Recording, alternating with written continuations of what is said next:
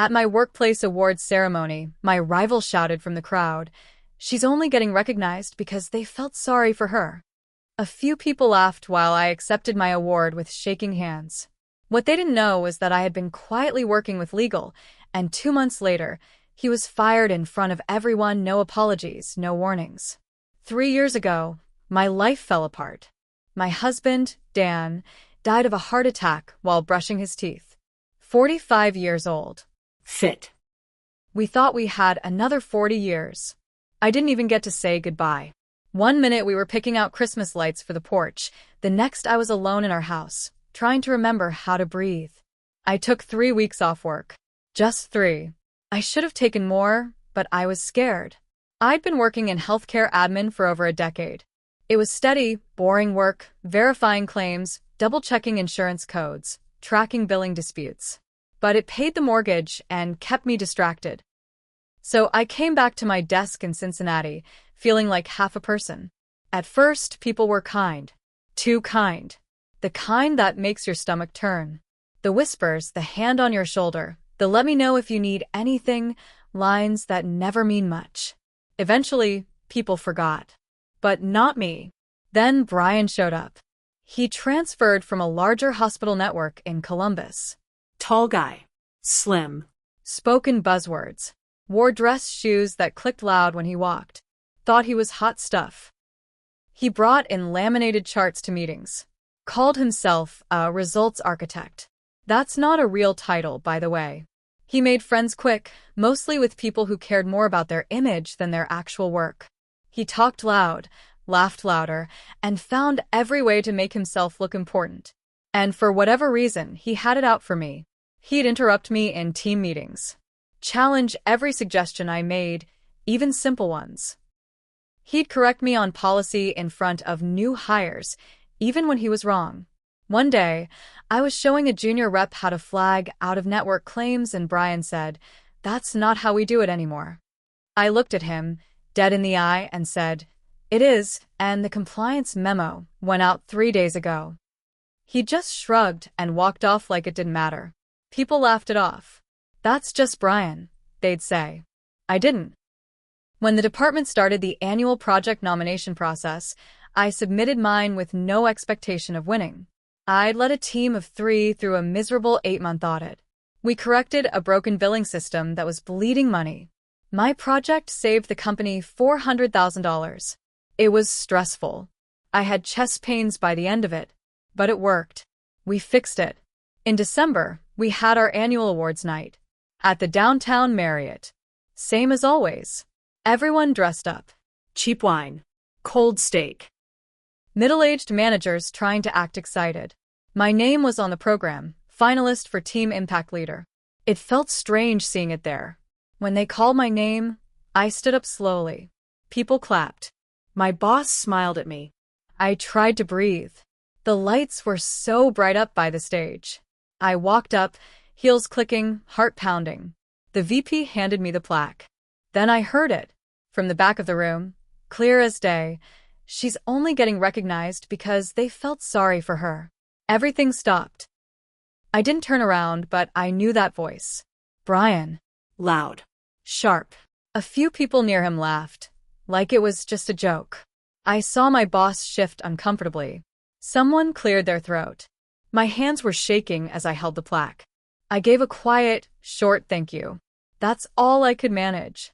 My ears were burning. My throat tight. After the ceremony, no one brought it up. Nobody said anything about what he said. Not even my manager. It was like it never happened. But it did. I heard it. I felt it. And I decided that night, I wasn't going to let it slide. I went home after the ceremony and stared at the plaque on my kitchen table for a long time. I couldn't even bring myself to hang it. All I could hear was his voice. All I could see were the people laughing behind their wine glasses like I was some kind of joke.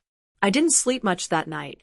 I kept running over it in my head, what he said, how he said it, the look on his face when he did.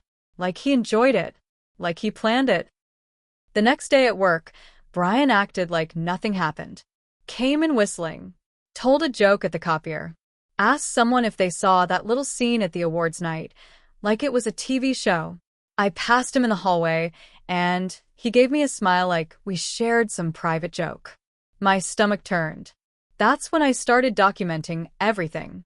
Emails, comments, meeting notes. I started copying HR on emails he'd normally leave them off of. Every time he made a rude comment, I made a note. Every time he took credit for someone else's work, I saved the files. I had years of this behavior in my head, but now I started writing it down. I also started quietly talking to people. There was Rebecca from Claims. He once told her she should smile more during a meeting in front of 2 managers. She laughed it off then, but when I brought it up, she got quiet and nodded. Yeah. He said worse, she admitted. Then there was Andy from Appeals. Brian once made him rework a report because he didn't like the font Andy used in a chart. He called me sloppy. In front of the whole floor, Andy said.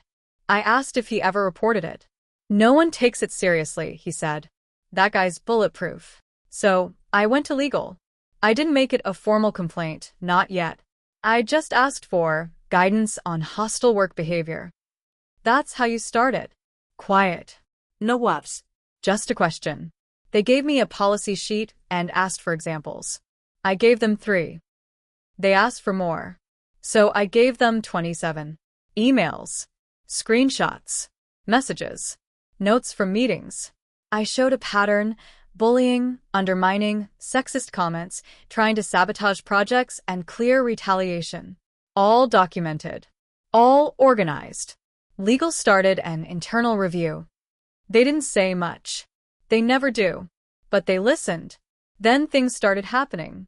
Brian got pulled into a meeting with HR. He looked annoyed when he came out. A week later, someone from corporate sat in on one of our staff calls. No one said why. Brian got quieter. He stopped cracking jokes. He stopped talking over me. He even sent me an email with great work on the quarterly review. I didn't reply. Then one Friday, I got called into a meeting with legal. They thanked me for providing clear and helpful documentation. They said they were escalating the review. I nodded, said nothing, went back to my desk like it was any other day. 2 weeks later, the email went out. Mandatory department all hands, 10 a.m., conference room B. Everyone was there. Standing room only. I sat near the door. The director came in with 2 people from HR, and a third I didn't recognize, someone from legal, I guessed. Brian walked in a minute late, holding coffee, looking bored. That's when they said it. Effective immediately, Brian is no longer with the company. We are not answering questions at this time. No speech. No explanations. He stood there, confused, then angry. Wait, what? He said. Loud. You're firing me? Over what? I didn't. This is crazy. Someone from HR said, calm and firm. We'll speak with you privately. Please come with us. And just like that, they walked him out.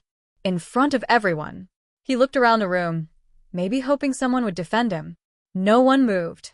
No one said a word. I sat there. Still. Quiet. Just like the night he humiliated me. Only now the joke was over. For a few days after Brian got walked out, things were quiet. Too quiet. People whispered in corners, swapped rumors. Some said he was caught doing something illegal. Others thought it was just a personal grudge gone too far. I didn't say anything. I just kept working like always. But then something strange happened. I got an email from someone in corporate compliance. A short message asking if I could clarify a few details from my documentation. I agreed. We set a call for the next morning. I thought it would be routine. It wasn't. The call wasn't just one person. There were 4 of them. 2 from legal, 1 from HR, and 1 I didn't recognize who introduced herself as a contractor working on a third-party audit. That set off a little alarm in my head. She wasn't friendly. Very direct. She asked about emails I didn't mention in my reports, messages between me and Brian that I deleted over a year ago. That's when I realized they had pulled everything. I told them what I remembered. I was careful with my words. I told the truth. But I started to feel like they weren't just verifying my claims. They were digging for something else. That night, I stayed late in the office.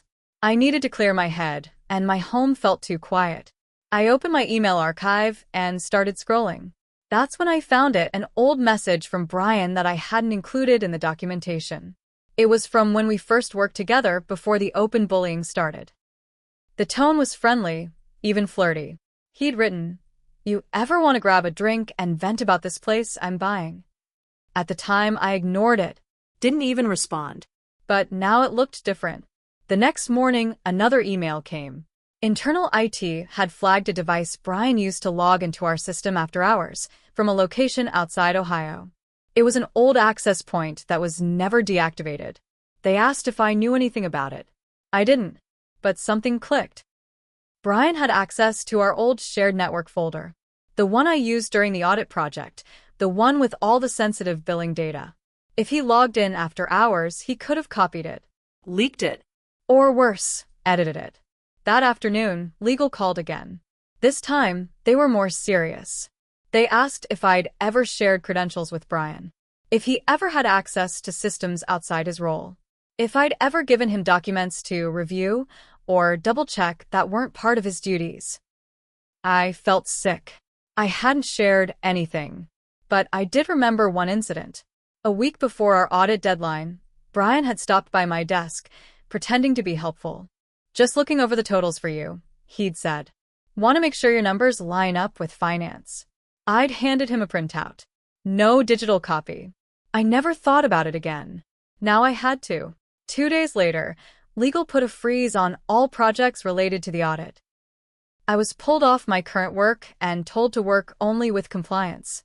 Quietly. No emails. No calls. What started as revenge had just opened a much bigger can of worms. And I had no idea how deep it went. At this point, things moved fast. Too fast. Corporate was in full damage control mode.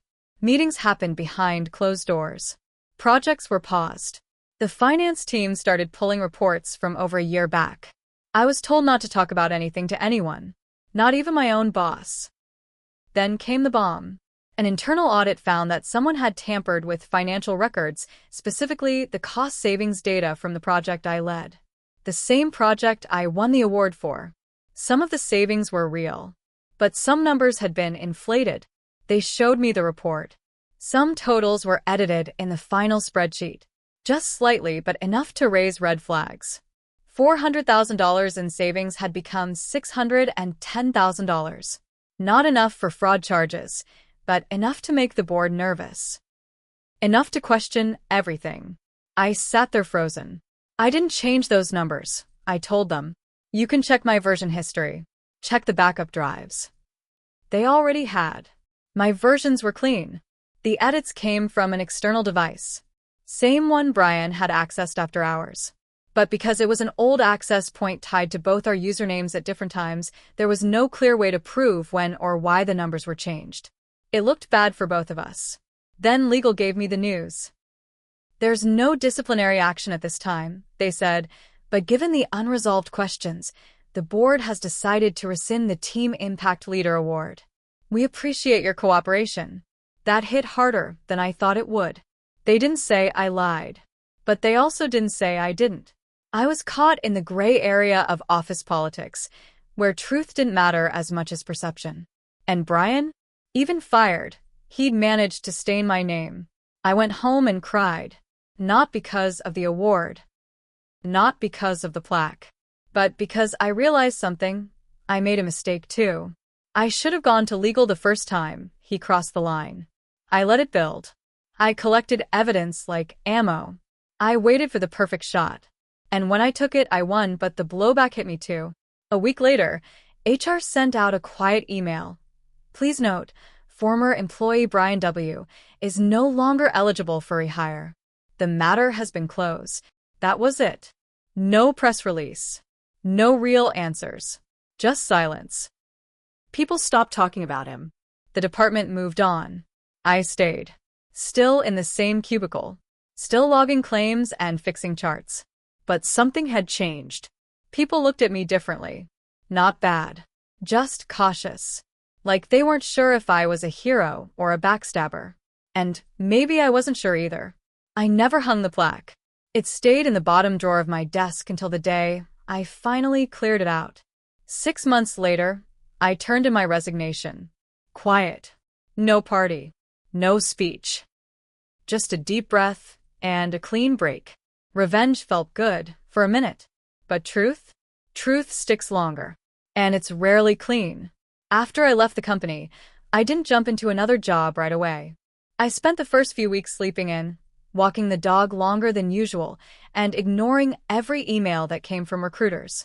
I was tired, not just from work, but from fighting.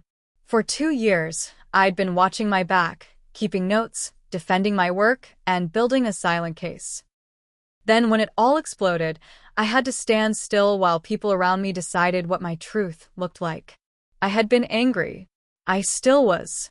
But now there was something else, regret. Because I realized I didn't just take Brian down. I burned the whole damn bridge. And it didn't just cost him. It cost me too. One of the women from my old department, Mia, reached out a month after I left. We grabbed lunch at a quiet diner off I-75. People were scared after you left, she said, stirring her coffee. Not of you, but of what you proved. That someone could do everything right, document everything, follow every rule, and still get dragged down. That hit me hard. I didn't regret what I did to Brian. He had it coming. He made my life miserable for years, and no one stopped him. But the way it ended, messy, unclear, tainted, left this open wound behind. I thought revenge would make me feel better. It didn't. It just made me realize how broken the system really was. Then Mia said something that stuck with me. You're not the only one he harassed, she said. You were just the first one who didn't keep quiet. I looked up at her. She wasn't smiling. There's something else, she added. After you left, someone from corporate came back. Not legal. Someone higher. They've started digging through all his past departments. Word is there might have been payouts, settlements, things HR buried. My blood ran cold. He'd done this before. Not just to me, to others. And maybe, just maybe, that's why he thought he could do it again. Because it had worked before. That night, I couldn't sleep. My head was spinning. I'd thought this was just about us. About one man being a jerk and me finally pushing back. But it was bigger than that. It was about a company that let it happen. A system that protected him. And a bunch of people who stayed quiet because they thought fighting back would ruin them. I had pulled the thread. And the whole thing had started to unravel. So, I made a decision. I contacted a lawyer. Not for revenge. Not to sue. But to talk. I wanted to understand my rights. What I could say. What I couldn't. If I wanted to go public, even anonymously, could I? What if I reached out to others he had worked with? The lawyer listened. She was calm. Professional. You're not the first person to sit in that chair with this kind of story, she said. But most don't come in until it's too late. I gave her everything. The notes. The emails. Even the plaque I never hung. I told her the full story, start to finish. She sat back when I finished. If you want to shine a light on this, she said, we can do it. But it won't be clean. Or fast. Or easy. I nodded. I knew that. But maybe it was worth it. Because if Brian got away with this for years, maybe others did too. Maybe the real revenge wasn't just getting him fired. Maybe it was tearing down the whole damn wall that kept people like him safe. I kept things quiet while the lawyer did her digging. She filed a formal request with the HR department at my old company under a whistleblower protection clause. Not many people knew this, but there had been a clause buried in the employee handbook that allowed former employees to raise misconduct issues anonymously. My lawyer knew exactly how to use it. 3 weeks later, she got a response. They had records, sealed complaints against Brian from 3 separate departments. 2 women, 1 man. The earliest was dated almost 6 years before he ever transferred to our building. But none of them stuck. Each one was resolved internally. No suspensions. No reprimands. No paper trail that went anywhere. Just silence. That was when it hit me. He was protected. Not because he was smart.